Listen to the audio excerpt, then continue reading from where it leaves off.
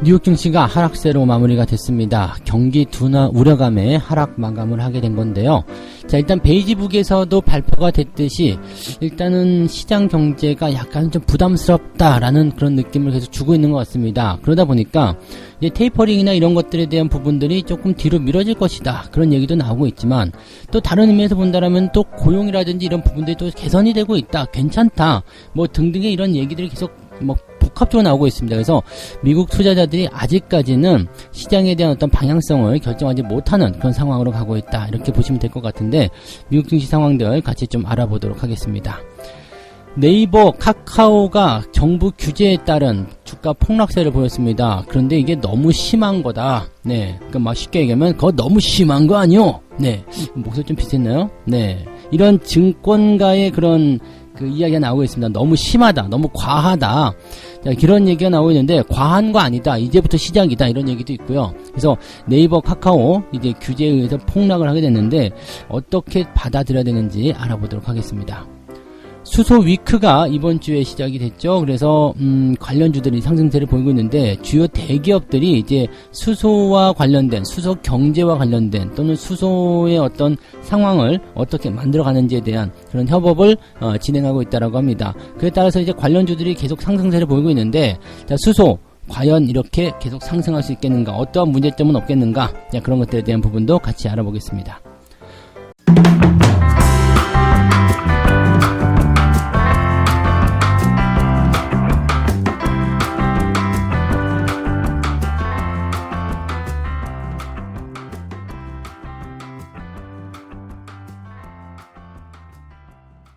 네, 반갑습니다. 오늘은 9월 9일 목요일입니다. 자, 미국 증시가 약간은 좀 답답한 흐름을 보이고 있다라고 보시는 게 맞을 것 같아요.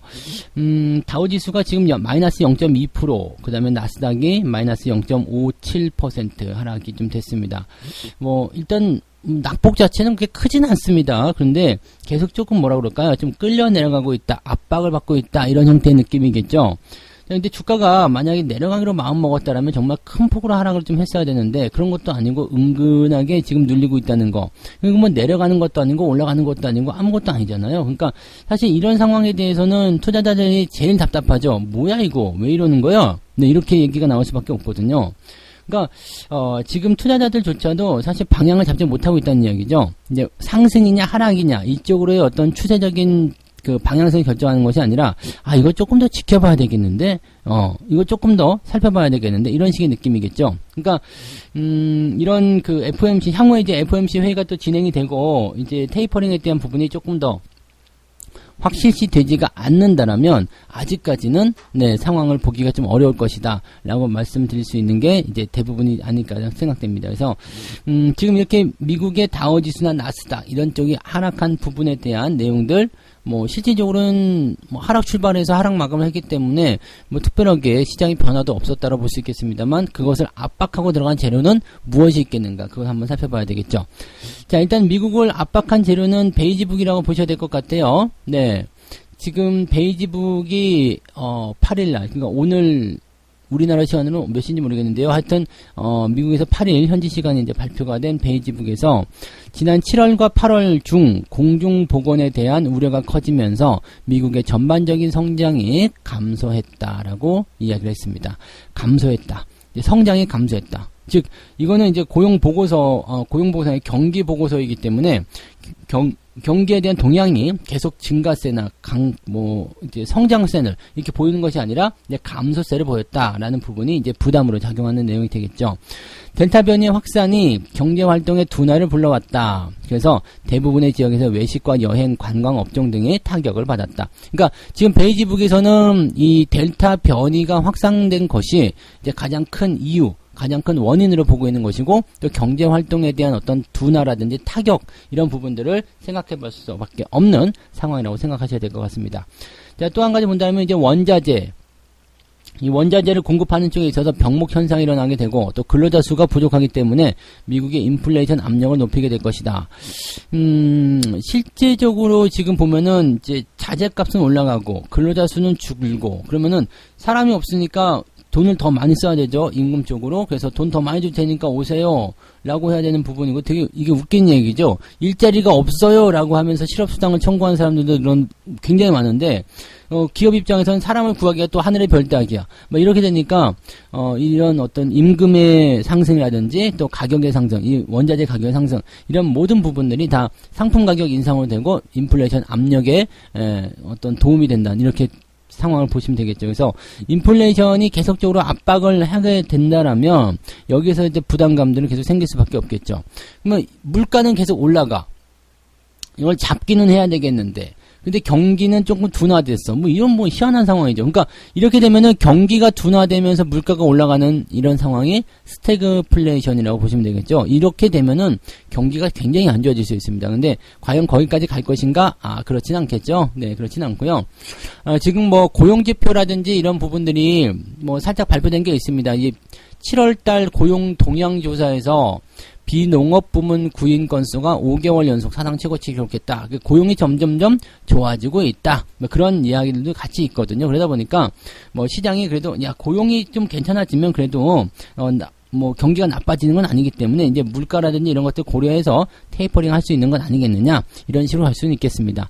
다만 이 베이지북에 대한 부분 이거를 살펴보게 된다라면 올해 안에 이 테이퍼링 하기가 쉽지 않을 것이다. 이런 평가도 나올 수 있다. 라고 볼 수가 있겠죠. 다만 테이퍼링을 하기가 쉽지 않다라는 것은 지금 경기 상황이 좋지 않기 때문이다. 이렇게 구분이 또 되는 내용이 되기 때문에 이것을 악재로 볼 것이냐 아니면 호재로 볼 것이냐 여기에 대한 내용도 우리가 주목을 좀 해야 되겠죠. 또 경기가 이렇게 뭐 이렇게 아주 좋지 않다. 뭐 이렇게 둔화되는 모습이 보이고 있음에도 불구하고 테이퍼링을 하겠다 이렇게 나오게 되면 시장은 더 큰 악재로 받아들여질 수도 있기 때문에 사실 이제 연준의 고민은 계속 커질 수밖에 없을 것이다 이렇게 보여지게 되겠고 그 부분에서 어떤 방향성이 확실시 되지 않는 이상은 시장이 조금 불안한 흐름을 이어갈 수밖에 없지 않겠느냐 이렇게 생각을 하셔야 될 것 같습니다.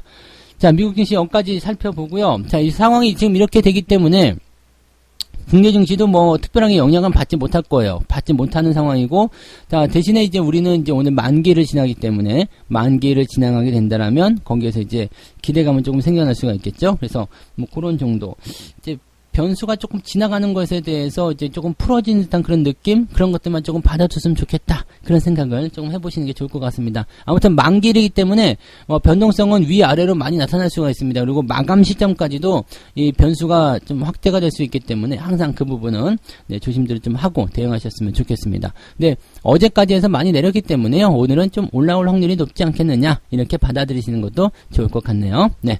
자, 두 번째 이야기로 넘어가도록 하겠습니다. 두 번째는요, 네이버와 카카오 주가 폭락의 날, 증권가, 이거 너무 과하다.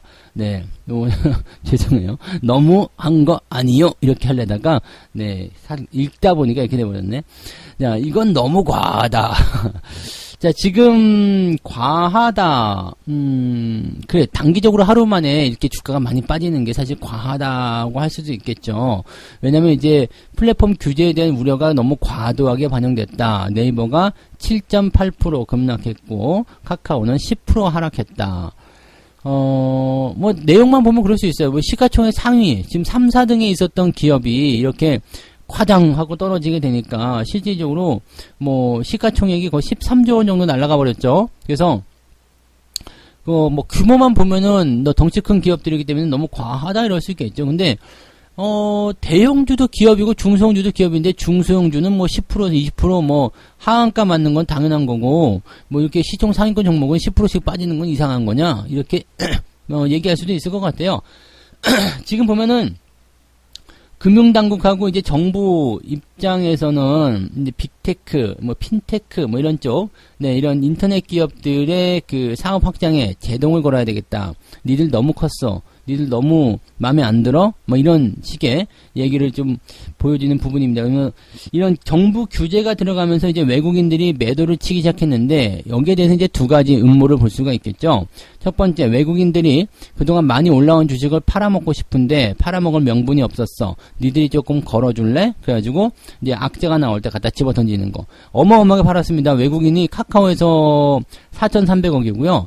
네이버에서 2,200억입니다.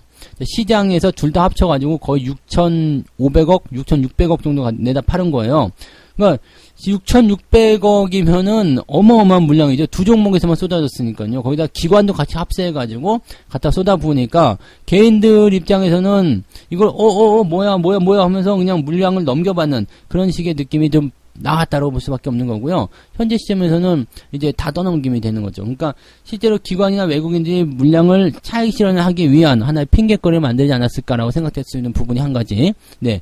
또 다른 음모로 본다면 이제 그동안 이제 이 네이버라든지 카카오가 금융시장을 자꾸 진출하는 것을 가장 싫어하는 애들이 있었을 거예요. 예, 기존에 있었던 은행주들 있죠. 네, 또는 이제 기존의 기업들. 인터넷 기업, 사실 쟤네들 포털이나 하던 애들인데, 우리 뭐 전통적인 어떤 그런 기업들 아니죠. 눈에 보이는 거 아니잖아요. 이게 포털, 인터넷 세계, 이런 상황에서, 만들어진 것들인데, 옛날에 그 도토리 같은 거나 마찬가지죠. 니 도토리 팔아서 뭐 할래? 막 그랬는데, 그게 막 컸었잖아요. 그러니까 그런 것들 이제, 마음에 안 들어하는 그런 상황이 나타날 수가 있는 거죠.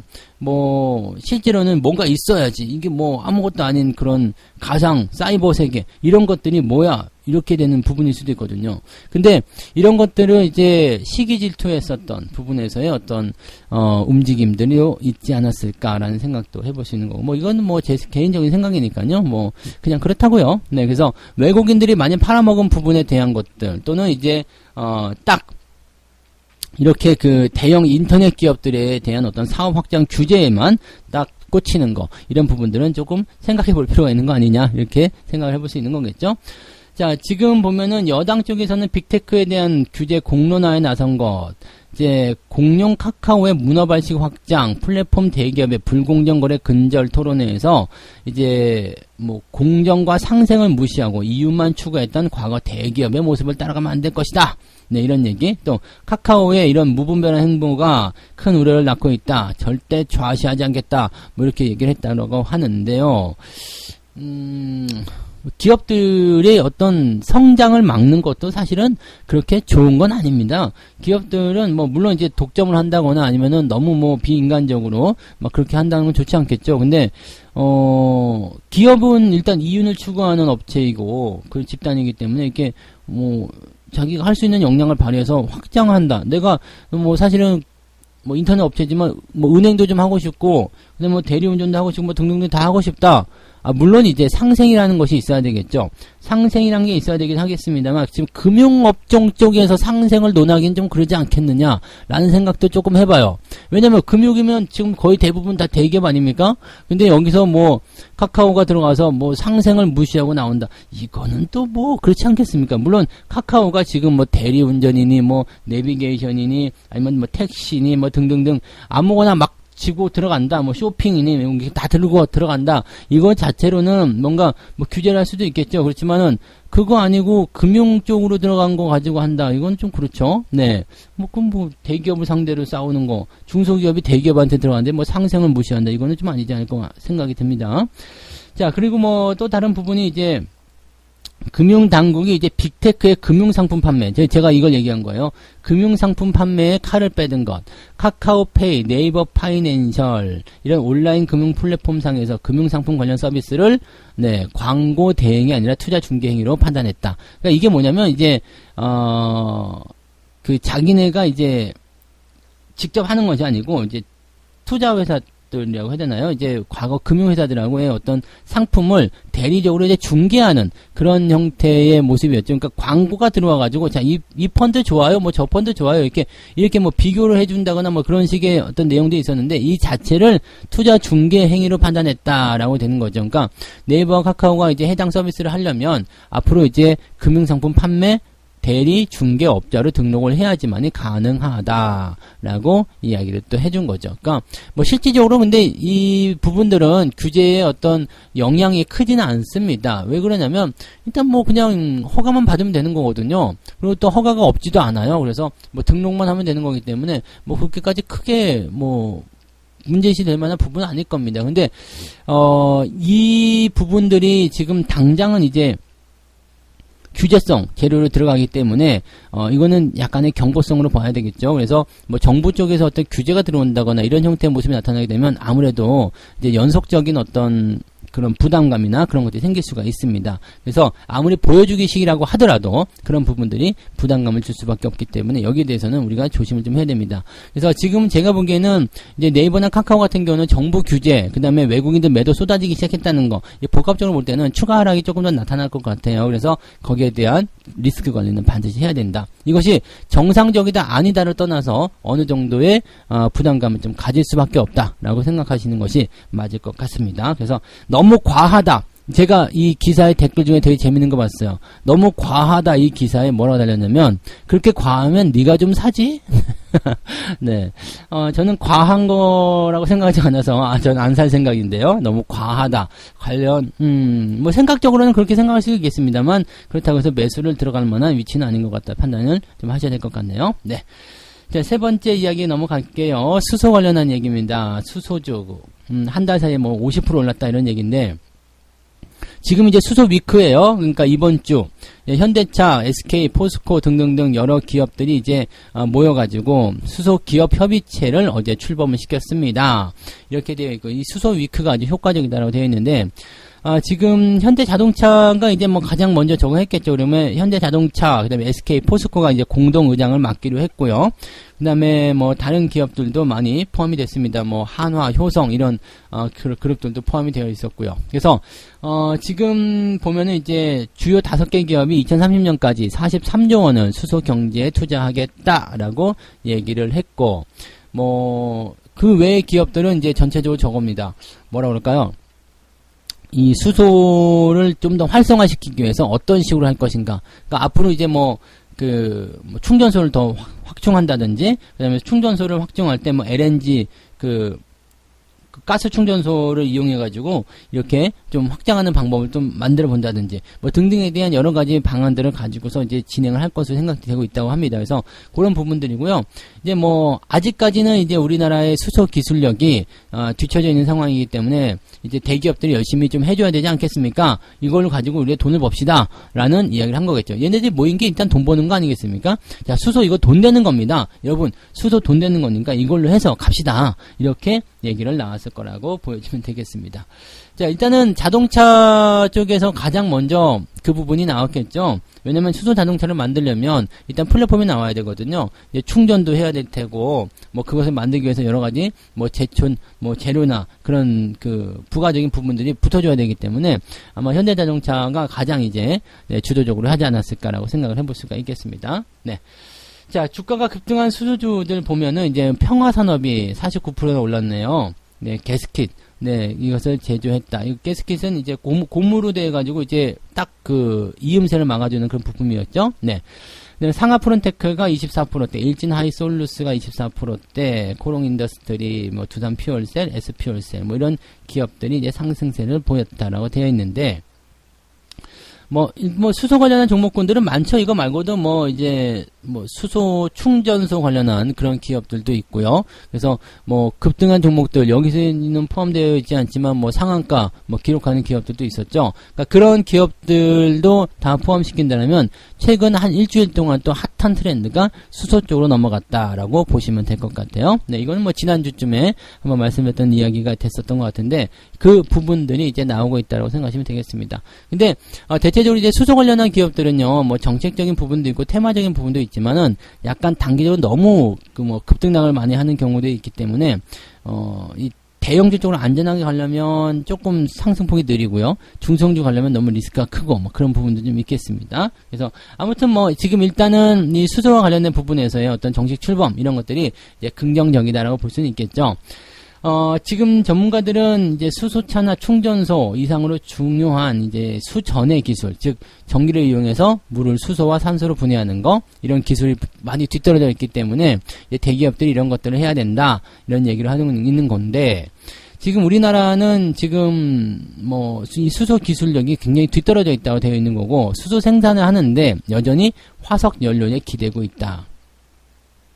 이건 되게 문제 아닙니까? 그죠? 네, 수소를 생산하는 거. 이게 천연 에너지다. 네, 그린 에너지다라고 되어 있지만, 이 그린 에너지를 생산하기 위해서 화석연료를 만들고 있다. 이건 문제가 되는 거죠. 그러니까, 요것을 이제 어떻게든 해가지고 탄소 배출이 없는 그런 그린 수소 체제 선진국의 기술력을 따라가야 된다. 그래서 열심히 이쪽으로 투자해야 되겠다라고 얘기를 하는 부분인 것은 맞습니다. 그래서, 2020년대 후반까지 기술 격차를 축소해야 할 것이다 라고 진단을 하고 있습니다만, 자, 지금 수소 쪽을 계속 밀고 갈 것이냐 아니면은 전면 뒤집어서 전기차로 갈 것이냐 이런 쪽으로 갈 수 있을 것 같긴 한데, 이 수소는 아무래도 이제 폭발력이라는 이런 부분이 조금 더 셀 거라고 생각됩니다. 그래서 그런 내용들을 봤을 때는 지금 트럭 같은 경우 이제 많이들 보여주고 있잖아요. 그러니까 그런 쪽에서 산업용으로 좀 사용하기 위해서는 수소가 더 필요하지 않겠느냐. 어쨌든 이것도 꼭 해야 되는 산업 중에 하나이다 라고 판단해 봤을 때는 이쪽으로 투자가 꾸준히 이어지지 않을까 생각됩니다. 다만 전기차와 비교해 봤을 때는 전기차의 시장이 훨씬 더 크지 않겠는가 라고 생각이 드는 부분들이고, 어쨌든 지금은 이 수소라는 부분들이 당장 눈앞에 와서 뭔가 상용화 될 만한 그런 형태의 모습들, 아직은 해야 될 플랫폼이 굉장히 많겠죠. 플랫폼이 많기 때문에 거기에서 기회가 많이 생길 수도 있겠습니다만, 투자자들 입장에서 좀 많이 지칠 수도 있는 그런 상황일 수도 있겠습니다. 단기적으로 지금 오르락내리락하는 호재성 재료로만 받아들여지기 때문에 여기에 대한 투자 전략은 좀 다채롭게 세우셔야 될 것 같습니다. 좀 이렇게 장기적으로 꾸준하게 끌고 가기 위해서는 이 변동성이 좀 줄어드는 상황이 좀 만들어지고 좀 방향성이 확실히 정해져야 될 것 같긴 한데, 그 부분은 조금 더 봐야 되겠죠. 그래서 수소 쪽에 대한 일단은 대기업들의 뭉침이 일어나서 그 부분에 어떤 장기적 비전을 일단 보여줬기 때문에 긍정적으로 좀 봐야 되긴 하겠습니다만, 단기적인 어떤 변수나 그 다음에 가야 될 길이 굉장히 멀다라는 것 정도는 우리가 감안을 하셔야 될 것 같습니다. 그래서 수소 관련주들에 대한 옥석 가리기, 그런 것들이 좀 필요한 시점이 아니겠는가라고 생각을 해봐야 될 것 같네요. 네. 자, 세 가지 이야기 전달을 해드렸습니다. 미국이 이제 경기주나 우려감 때문에 약간의 하락세를 보였는데, 큰 문제는 없을 것 같아 보이고요. 고용과, 그 다음에, 이런 인플레이션, 이런 것들에 대한 우려감은 계속 나오고 있었는데, 이제 베이지북에서 이야기하는 부분에서는 테이퍼링이 올해는 좀 힘들 것 같아요 라고 되어 있는 부분이고, 연준 위원들 같은 경우는 올해 해야 돼요 라고 얘기하는 거라서 서로 이제 또 계속 상충되는 이야기, 한 얘기 또 하고 한 얘기 또 하는 부분이기 때문에 일단 그렇게 냅둬라 이렇게 말씀을 드리고 싶고요.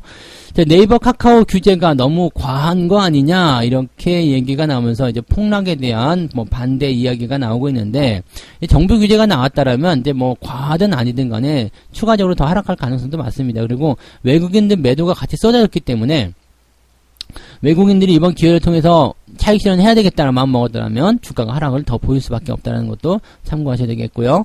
자, 수소 위크, 일단 대기업들이 뭉쳐가지고 수소 관련한 그런 부분들을 잘 해보자라고 얘기를 했다라고 하는데, 물론 관련주들이 이제 상승할 수 있는 포인트는 있겠습니다. 그래서 기대감은 있겠습니다만, 여기서 생각할 만한 부분, 아직 기술력이 뒤떨어졌기 때문에, 기회도 있겠지만, 앞으로 가야 될 길이 굉장히 멀다라는 거, 그 다음에, 시장 규모가 일단은 전기차보다는 좀 작지 않겠느냐, 그런 생각들 해볼 수 있지 않을까 생각됩니다. 좀 더 보긴 해야 될 겁니다. 좀 더 보긴 해야 되겠습니다만, 뭐라고 딱히 말씀드리기 어려운 그런 부분일 것 같아요. 네. 그래서 옥석 가리기에 필요한 업종이다라고 보셔야 되겠습니다. 자, 책 한 곡 읽고 마무리하도록 하겠습니다. 시장의 흐름 잡기가 불가능할 때는 노력하지 않는 편이 낫다. 혼란할 때는 아무것도 안 하는 것이 가장 최고입니다. 불쑥 생겨난 변동에 속아 넘어갈 수 있기 때문이죠. 시장은 늘 약자를 무너뜨리게 됩니다. 확신 없는 투자자를 공격한다는 뜻이죠. 네, 이거 누가 한 얘기냐면요, 조지 소로스입니다. 조지 소로스가 한 이야기예요. 혼란할 땐 아무것도 하지 마라. 가만히 있어라. 네, 이 불쑥 만들어지는 변동성은 항상 확신이 없는 약자를 공격한다. 너무 소름 돋지 않습니까? 여러분들, 확신이 없는 약자입니까? 확신이 있는 강자입니까? 그것을 한번 결정해 보시기 바랍니다. 네. 자, 오늘은 여기까지 이야기해 드릴게요. 저는 장중시황에서 다시 올게요. 고맙습니다.